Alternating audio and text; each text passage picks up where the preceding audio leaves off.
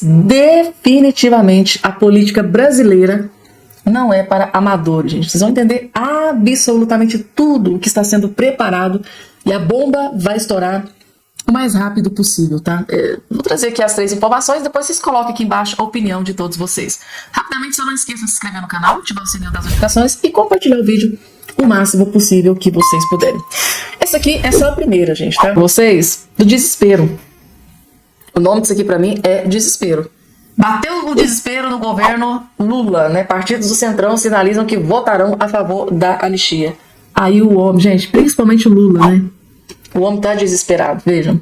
O Partido dos Trabalhadores identificaram ali nas conversas com deputados do Centrão de que há uma sinalização de alguns partidos desse grupo político, do Centrão, de que podem apoiar o projeto de lei da anistia, que é a grande pauta ali dos bolsonaristas, é a grande pauta do PL, aquela ideia de anistiar as pessoas que se envolveram na tentativa de golpe de Estado do dia 8 de janeiro. Na discussão ali para a composição das comissões temáticas na Câmara dos Deputados, eles puderam perceber ali nas tratativas que o PSD de Gilberto Kassab e o PP de Ciro Nogueira estão inclinados a apoiar essa matéria na votação na Câmara dos Deputados. Então, esses parlamentares do Partido dos Trabalhadores alertaram o Palácio do Planalto sobre essa mobilização, sobre essa ofensiva, para ver se o Planalto reage de alguma maneira. O fato é, Leilani, o ex-presidente Jair Bolsonaro tem feito um périplo para conversar com os presidentes dos partidos do Centrão. Ele esteve recentemente com o presidente do PSD, o Gilberto Kassab, também se reuniu com o senador Ciro Nogueira, do PP, com o Antônio Rueda, que é presidente do União Brasil, e segundo aliados de Bolsonaro, segundo integrantes ali do PL, houve sim um compromisso na sinalização desses partidos de que eles vão votar a favor do PL da anistia. O PL está otimista, entende que já tem ali cerca de 230, 240 votos para aprovar essa matéria. É necessário ter maioria simples, enquanto os deputados do PT estão preocupados e estão acionando o Palácio do Planalto para ver se há alguma reação para impedir. Eles estão desesperados, né, gente? Eles querem impedir isso aqui, custe o que custar, né? É igual o Lindenberg faria, né? Fez o que fez ali dentro da Câmara para barrar o Eduardo Bolsonaro na Comissão de Relações Exteriores, agora com o Bolsonaro articulando ali, conversando com vários líderes, teve reunião. Para vocês terem noção do quanto o Bolsonaro está empenhado nessa anistia aos condenados do Rio de Janeiro, o Bolsonaro, ele teve encontro até com o Gilberto Kassab, o todo poderoso aí, o grande articulador do Centrão, que é o Gilberto Kassab, que levou praticamente o maior número de prefeituras nesse último pleito eleitoral do ano passado. O próprio Bolsonaro, que não é nem entusiasta, a gente sabe muito bem que não tem, assim, né, muito afinco com o Gilberto Kassab, foi lá, marcou reunião, pediu socorro, pediu, olha, ajuda a gente, porque a gente tem que pensar no pessoal do 8 de janeiro que está sendo injustiçado, tá pegando aí 17 anos de cadeia.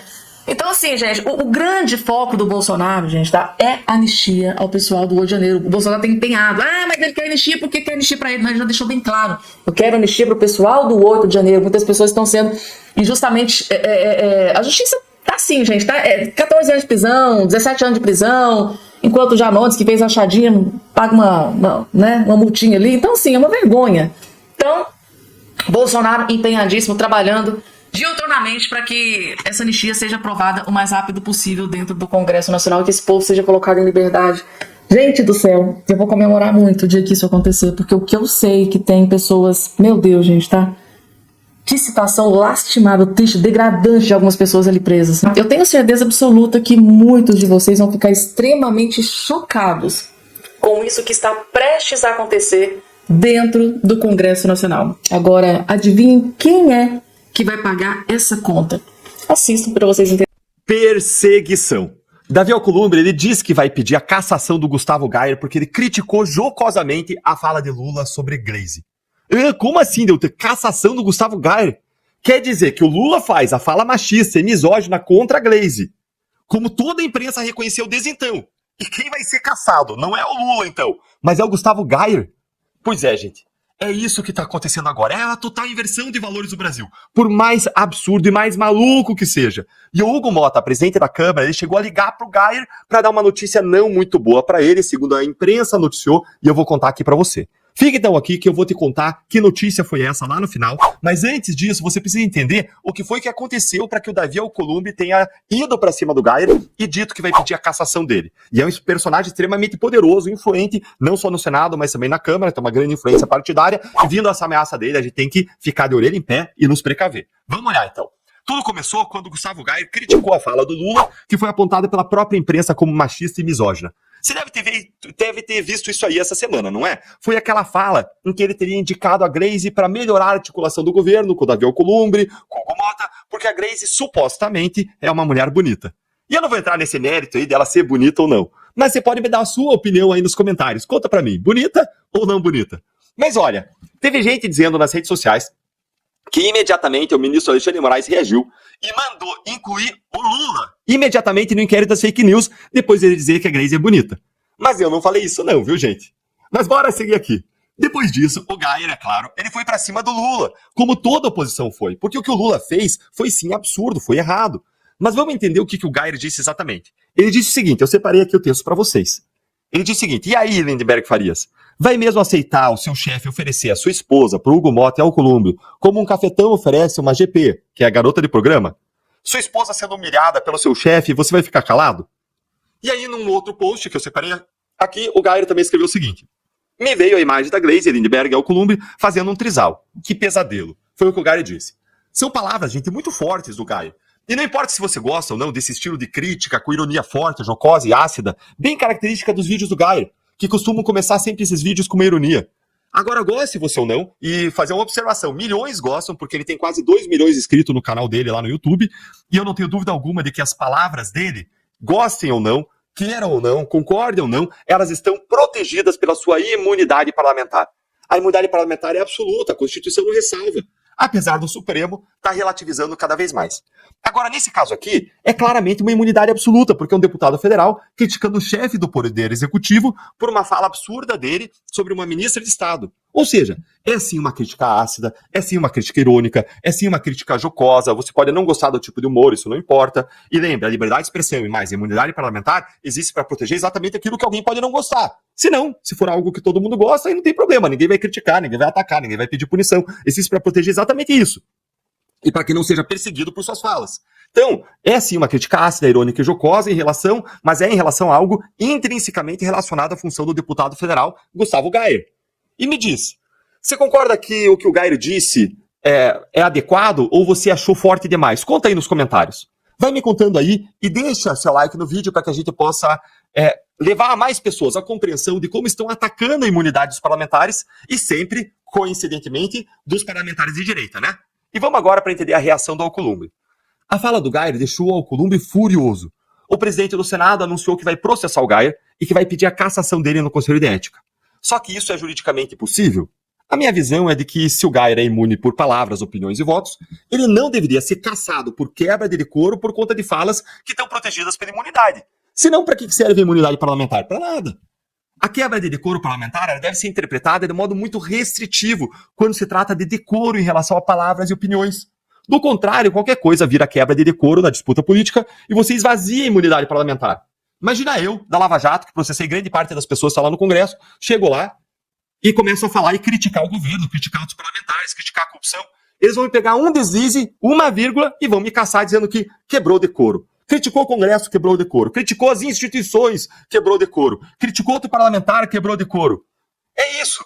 A política é muito acirrada, ela envolve muita briga, vozes, ânimos alterados, palavras ditas no calor do momento, sem maior reflexão, debates, discussões acaloradas no Congresso, críticas ácidas, críticas irônicas, brincadeiras, palavras jocosas. E se a gente for caçar todo e qualquer parlamentar que disse uma palavra fora de lugar durante o debate público, não vai sobrar ninguém no Congresso. Ou pelo menos não vai sobrar ninguém de direita.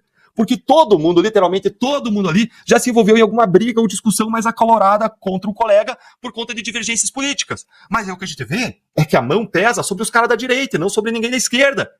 Gente, a briga, o desentendimento, o conflito é normal no parlamento, porque existem diferentes visões de mundo na sociedade. A gente pode gostar ou não do que o Geyer disse, mas eu tô certo de que o que ele falou está protegido pela imunidade parlamentar e jamais deveria cassar o mandato dele.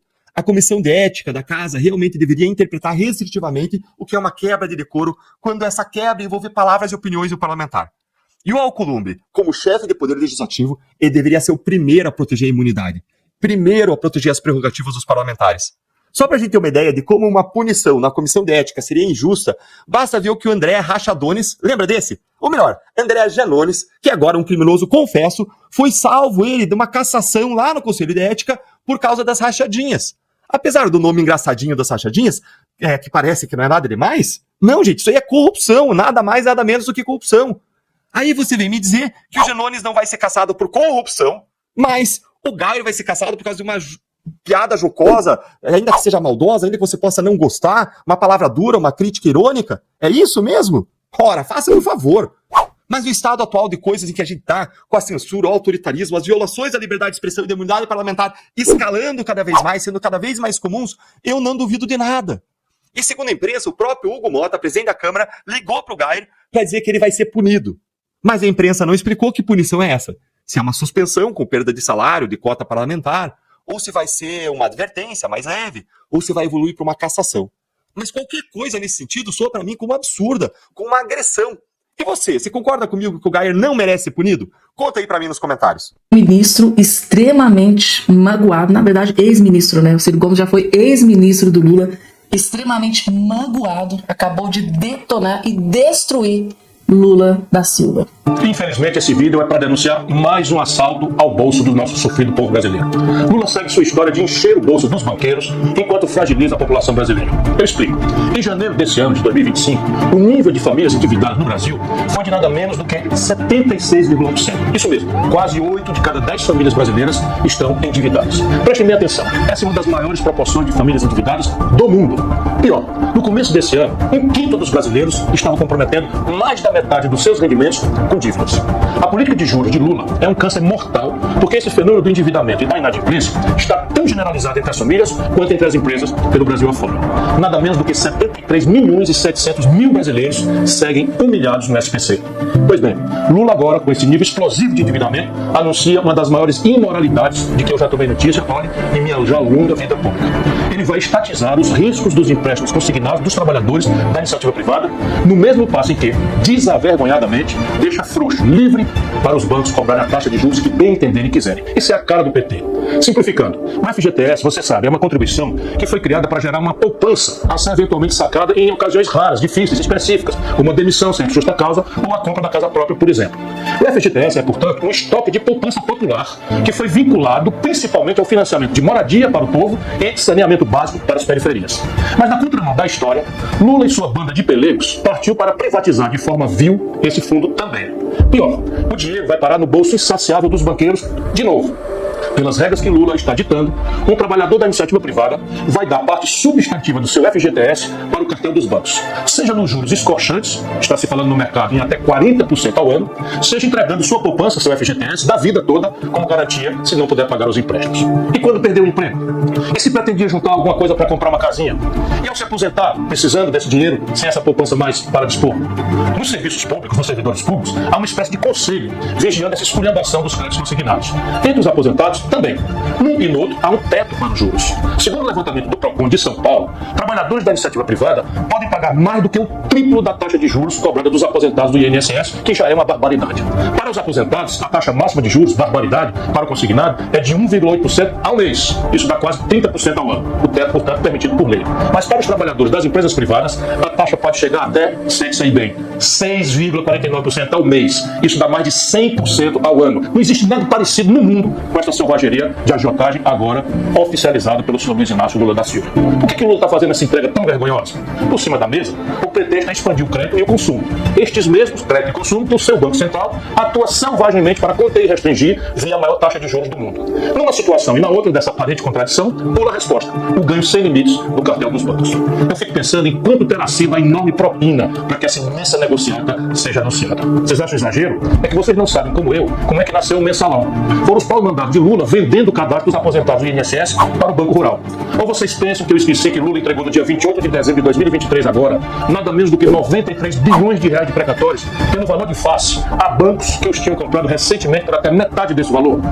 Em tempo, Lula deu aos bancos também o direito de fazer crédito consignado em cima do Bolsa Família e do BPC. Eu, nem ninguém, deveria ter mais nenhuma surpresa. Vocês imaginam um pobre entregando quase um terço do que ganha, que não é suficiente nem para comer, em juros para banco? Se imaginam e não sentem o estômago revirar, perdão, tem alguma coisa muito errada acontecendo. Tá aí. Olá. Tá aí, gente, né?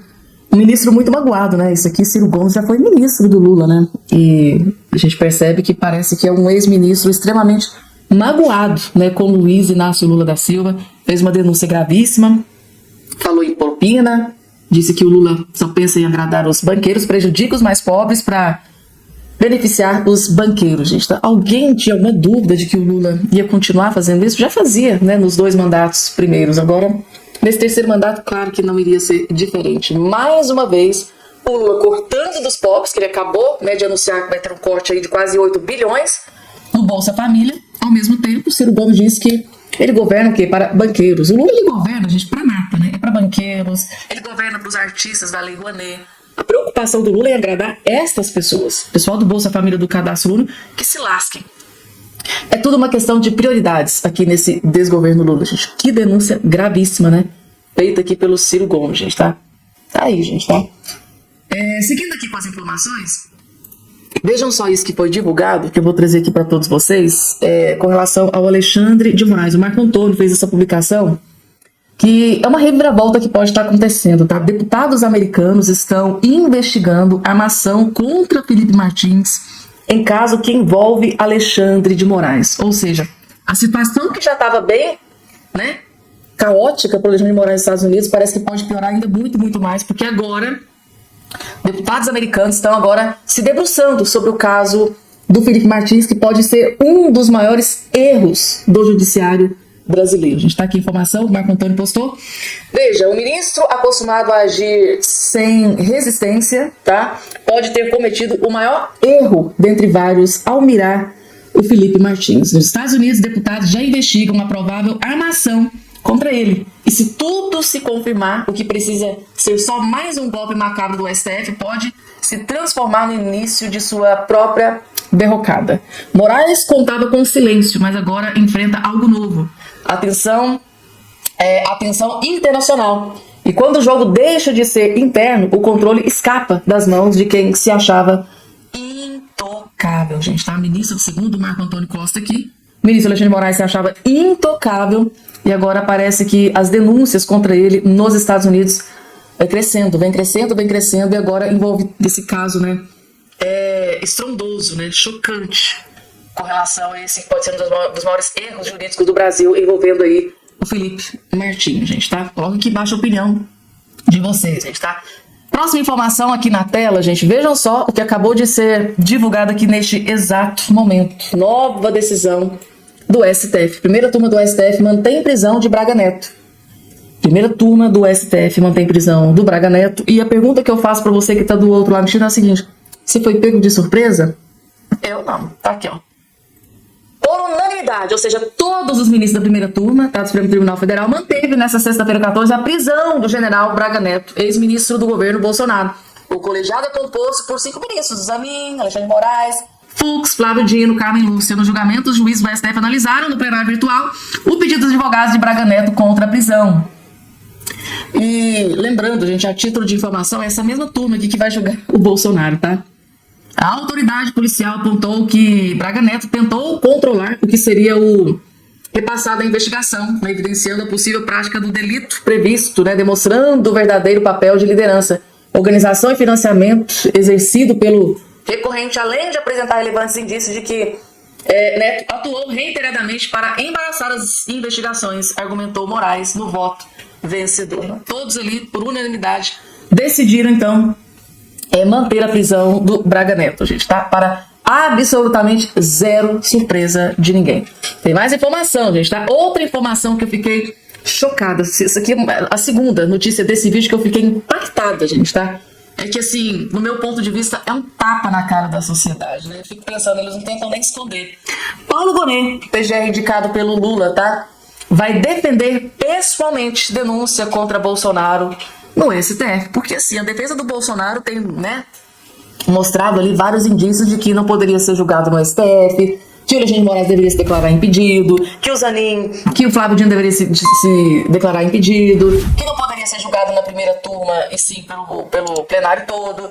E o Paulo Gonet vai certificar pessoalmente de que a denúncia contra o Bolsonaro vai defender a denúncia que ele fez contra o Bolsonaro. O Procurador-Geral da República, Paulo Gonet, defenderá com afinco, mas com muito, muito afinco, pessoalmente a denúncia contra o ex-presidente Bolsonaro e outras 33 pessoas do Supremo Tribunal Federal.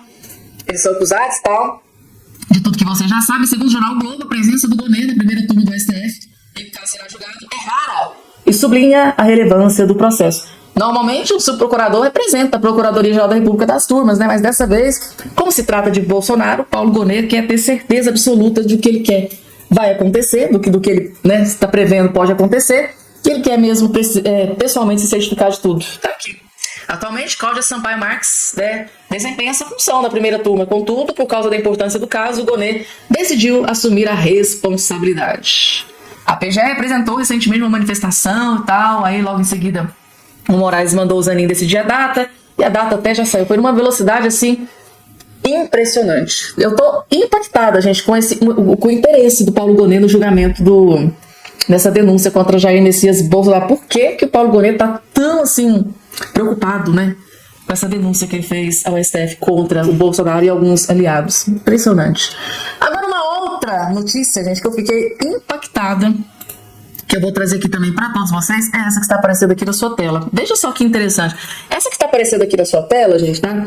É a presidente do STM, tá? A título de informação, ela foi indicada por Luiz Inácio Lula da Silva. Gente, uma coisa, a gente tem que dar o braço a torcer. O Lula sabe escolher bem, né? Os seus ministros. Sabe escolher, gente. Ele sabe muito bem quem ele escolher para representar os seus interesses dentro de cada lugar, tanto no STF, no STM, no PGR. Ele sabe indicar muito bem, né, gente? Ao contrário do Bolsonaro, que indicou o Nunes Marques lá pro STF, que tá uma decepção. Então tá aqui, presidente do STM diz que Bolsonaro pode ser julgado por crime militar e ainda perder a patente. Aqui, gente, tá?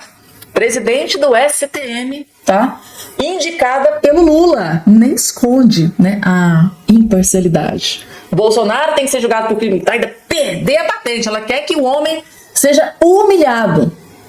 A presidente do Supremo Tribunal Militar, ministra Maria Elizabeth Rocha, disse nesta terça-feira 12 que o ex-presidente Bolsonaro pode ser julgado pela justiça militar e perder a patente de capitão da reserva do exército. Então, assim, gente, pra eles não querem só que ele fique inelegível, não quer que ele seja preso, eles querem também humilhar, tipo assim, bater o último prego no caixão do Bolsonaro. Então, além de inelegível, além de preso, ainda tem que perder a patente, né, de capitão da reserva militar. Eles querem se certificar de jogar o nome do Bolsonaro na lama. Tá aqui, a avaliação da ministra, né, em eventual julgamento de Bolsonaro, dependendo da investigação, sobre a trama, né, de um pronunciamento, tal. E ele pode ser submetido, né, a um conselho de justificação por representação de indignidade. Ele pode ser julgado também por crimes militares, como de incitação à tropa, por exemplo. Tudo vai depender de como vai ser feita a apuração penal no STF. Qual será a decisão dos ministros da primeira turma e, posteriormente, o plenário, porque caberá recurso, afirmou a nova ministra, né? Ministra não, presidente do STM, diz que o Bolsonaro pode perder até a patente de capitão.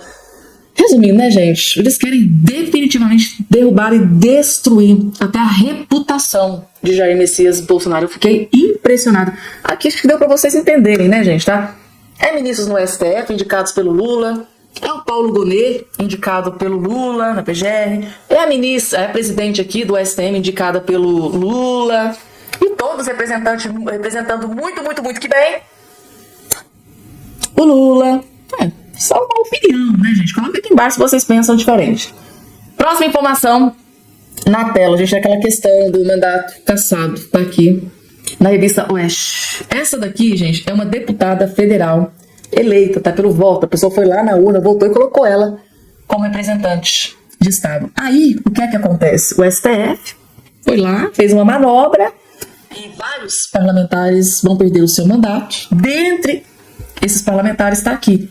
Essa aqui é uma das aliadas de Jair Messias Bolsonaro. Dentre ela, também tem um outro parlamentar do PL. OIAP sobre mandato anulado, perseguição política e risco à democracia. A gente tá aqui. Ela que teve o seu mandato aí, agora cansado, né, gente? Tá? A deputada federal Silvia OIAP, do PL, vice-líder da oposição na Câmara, será uma das que podem perder o mandato, ter o seu mandato anulado depois da decisão do Supremo Tribunal Federal sobre as sobras eleitorais. Ao todo, 7 deputados devem ser cassados com a deliberação desta quinta-feira 14. O OIAP afirmou que a decisão é uma injustiça, uma vez que 6 dos 7 parlamentares impactados são do Norte. Fomos prejudicados com a perda de 5 mandatos conquistados nas urnas, sendo 4 somente no meu estado, Amapá, declarou aqui, gente, tá? É uma injustiça tremenda, né? Vai lá o STF, toma uma decisão, 7 deputados terão mandato cassado e serão substituídos por outros que acho que PCdoB, parece que PSOL também vai ocupar. Interessante, né? Algumas decisões dos ministros do STF. E aí, para finalizar, gente, deixa eu fazer um vídeo aqui pra